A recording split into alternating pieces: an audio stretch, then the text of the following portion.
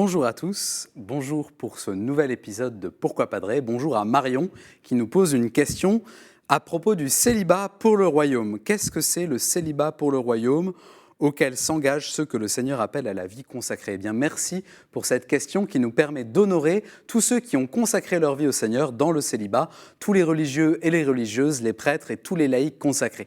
Il s'agit de mieux comprendre ce que c'est le célibat pour le royaume. On l'entend déjà dans l'expression « le célibat pour le royaume » n'est pas un célibat comme les autres, puisqu'il est pour quelque chose. Tout est dans la préposition « pour », qui indique la finalité, la destination, l'horizon.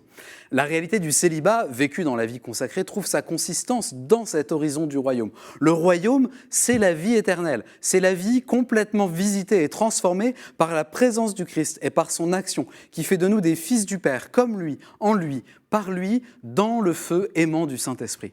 Le royaume, c'est vivre notre vie humaine dans un nouveau référentiel, un repère où les coordonnées ne sont plus simplement l'espace et le temps, mais fondamentalement la communion, l'amour, la donation de tout ce que nous sommes à Dieu.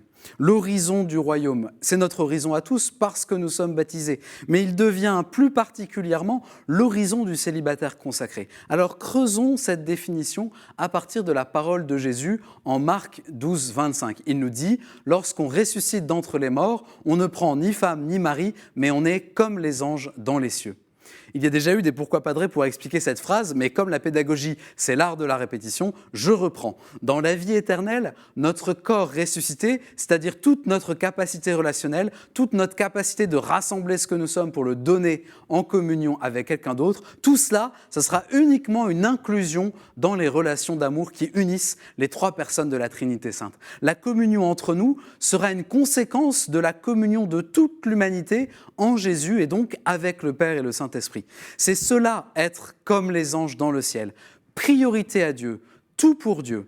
C'est cela aussi le royaume, parce qu'au fond, qu'est-ce que c'est que le royaume du Père? Sinon Jésus, sinon le Fils, entièrement en relation avec le Père, entièrement en lien d'amour avec le Père. Alors, nous, les consacrés pour le royaume, nous sommes ceux qui, par grâce et sans mérite de notre part, nous recevons la mission belle et délicate d'anticiper cette vie du royaume jusque dans la signification de notre corps. En base, le corps sexué symbolise l'appel à donner sa vie en vue de la communion avec une personne de l'autre sexe. Pour celui qui répond à l'appel à la consécration, le corps, la sexualité, signifie l'attente d'un autre monde et l'anticipation de ce monde futur. Rester vierge, finalement, c'est manifester à toute l'humanité que l'horizon de la vie, c'est la communion avec Dieu et que cette communion, elle rend heureux, elle remplit la vie. Voilà notre rôle à nous les consacrés. C'est un rôle un peu funambulesque, il faut bien l'avouer, mais avec vos prières et un bon équilibre de vie, ça le fait. Alors merci à vous Marion et une dédicace toute spéciale à tous les consacrés de l'Église. Merci pour cette question, merci pour toutes vos questions que vous nous envoyez par l'adresse pourquoipadré@ktotv.com et puis vous retrouvez cette vidéo et toutes nos vidéos sur le site ktotv.com.